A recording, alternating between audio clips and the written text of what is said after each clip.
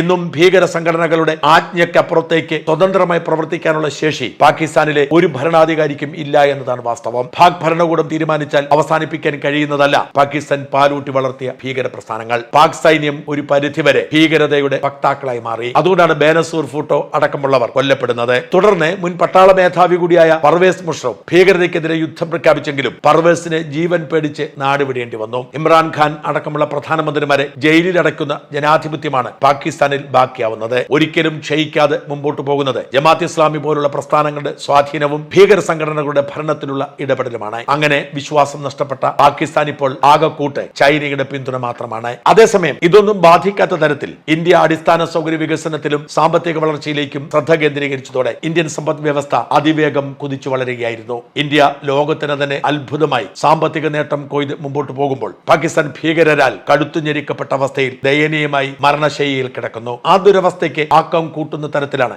3 ദിവസം നീണ്ടുനിന്ന യുദ്ധവും എത്തപ്പെട്ടിരിക്കുന്നത്. ഇന്ത്യൻ തിരിച്ചടിയോടെ നട്ടെല്ല് തകർന്ന പാകിസ്ഥാന് അത്ര വേഗത്തിൽ തിരിച്ചെത്താൻ കഴിയുമെന്ന് ആരും കണക്കാക്കപ്പെടുന്നില്ല. ഒരു റാഫേൽ വിമാനം തകർത്തു എന്ന സ്ഥിരീകരിക്കപ്പെടാത്ത അവകാശവാദത്തിനപ്പുറത്തേക്ക് പാകിസ്ഥാൻ ഒന്നും നേടിയില്ല എന്നോർക്കണം. എന്നാൽ ത്രിതല മിസൈൽ പ്രതിരോധത്തോടെ ഇന്ത്യ മാതൃരാജ്യത്തെ ജനങ്ങളെ ഒരു ചെറു പോറൽ പോലും ഏൽപ്പിക്കാതെ കാത്തു സൂക്ഷിച്ചു. പാകിസ്ഥാൻ സൈനിക കേന്ദ്രങ്ങൾ തകർത്തും വ്യോമകേന്ദ്രങ്ങൾ ആക്രമിച്ചും പാകിസ്ഥാന് ആണവ കേന്ദ്രത്തിന്റെ വാതിൽക്കൽ വരെ പോയി മിസൈൽ പ്രയോഗിച്ചുമൊക്കെ ഇന്ത്യ പാഠം പഠിപ്പിച്ചു. അതേസമയം ഒരു മിസൈൽ പോലും അതിർത്തി കടന്ന് ഇന്ത്യയിലേക്ക് എത്താൻ അവർ അനുവദിച്ചുമില്ല. അതെ, പാകിസ്ഥാൻ വല്ലാത്ത പ്രതിസന്ധിയിലാണ്, നിലനിൽപ്പിന് വേണ്ടിയുള്ള പോരാട്ടത്തിലാണ്. ഈ പരാജയപ്പെട്ട യുദ്ധം കൂടിയായതോടെ പാകിസ്ഥാന്റെ ഭാവിയെക്കുറിച്ച് ആകുലത മാത്രമാണ് ബാക്കിയുള്ളത്. ഈ അവസ്ഥയിൽ പാകിസ്ഥാന് എത്ര കാലം മുമ്പോട്ട് പോകാൻ കഴിയും എന്ന് കണ്ടറിയണം.